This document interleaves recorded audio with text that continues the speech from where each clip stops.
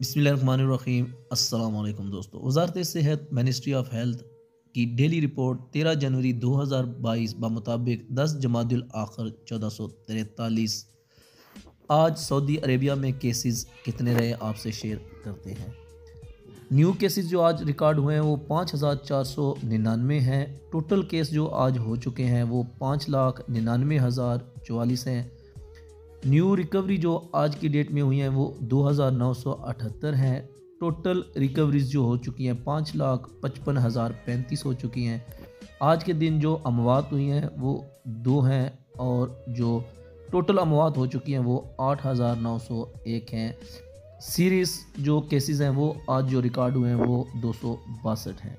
तो दोस्तों उम्मीद करते हैं आज की इंफॉर्मेटिव वीडियो आपको अच्छी लगी होगी। मज़ीद इस तरह की इंफॉर्मेटिव वीडियो हासिल करने के लिए हमारे चैनल को सब्सक्राइब ज़रूर करें।